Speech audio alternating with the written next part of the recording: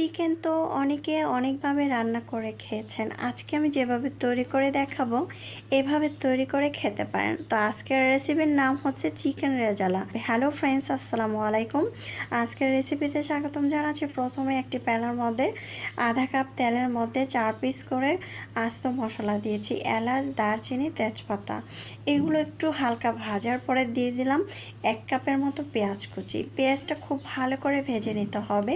পেঁয়াজটা যখন নরম হয়ে আসবে, এ পর্যায়ে আমি পেঁয়াজটা ভাজতে ভাজতে এখানে একটা মশলা তৈরি করে নিচ্ছি। এখানে টক দই নিয়েছি, পেঁয়াজ বেরেস্তা নিয়েছি, কাজু বাদাম, কাঁচা মরিচ, এগুলো একটু ব্লেন্ড করে নিব। তারপরে পেঁয়াজটা যখন একটু নরম হয়ে আসলো, তখন দিয়ে দিচ্ছি আদা বাটা, রসুন বাটা 1 চামচ করে। দেখতে পাচ্ছেন যখন আদা রসুনের গন্ধটা চলে যাবে, সে পর্যায়ে আমি এখানে কিছু মশলা দিয়ে দিচ্ছি।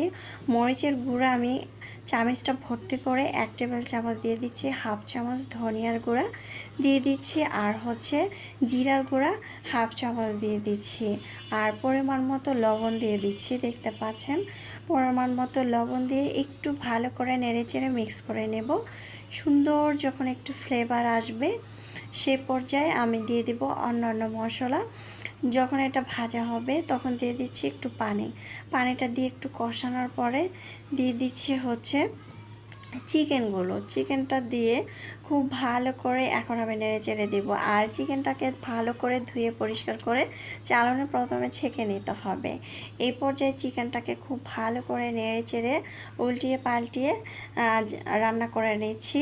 আর এটা কিন্তু খুব ভালো করে চুলার আঁচ কমিয়ে দিয়ে রান্না করতে হবে। চুলার আঁচ সবসময় কমিয়ে দিয়ে রান্না করার চেষ্টা করবেন। দিয়ে দিচ্ছি 4-5টা কাঁচামরিচ, দিয়ে দিচ্ছি কাজু বাদাম আর হচ্ছে কিশমিশ, আর দিয়ে দিলাম ব্লেন্ড করা টক দই, কাঁচামরিচ, 3-4 পদের বাদাম দিয়ে এখন একটু খুব ভালো করে নেড়েচেড়ে মিক্স করে নিচ্ছি।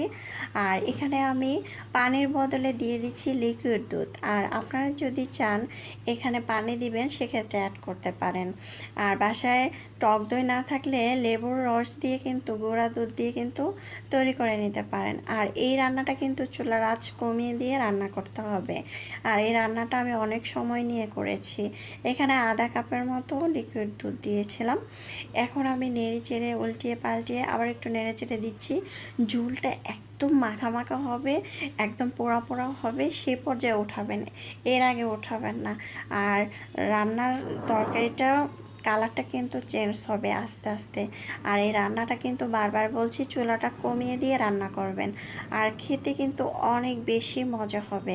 দেখতে পাচ্ছেন একদম লেগে লেগে আসছে কিন্তু। এবার চাইলে একটু গোলাপ জল অ্যাড করতে পারেন, সামান্য একটু চিনি অ্যাড করতে পারেন। তারপর হচ্ছে ভাজা জিরার গুঁড়া অথবা গরম মশলার গুঁড়া অ্যাড করতে পারেন। আমি ঘি দিয়ে দিলাম 1 টেবিল চামচ, আর দিয়ে দিলাম হচ্ছে কেওড়া জল, গোলাপ জল হাফ চামচের মতো দিয়েছি।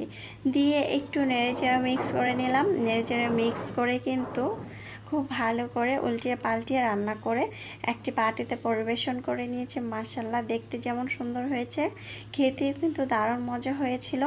এটা রুটি, পরোটা, সাদা পোলাও, গরম ভাতের সাথে সবাই চেটে পুটে খাবে। আর ব্রয়লার মুরগি তো আমরা সবসময় একঘেয়েমি করে রান্না করে খাই, মাঝে মধ্যে কিন্তু এইভাবে তৈরি করতে পারে চিকেন রেজালা। এটার নাম হচ্ছে চিকেন রেজালা। এটা খেতেও দারুণ।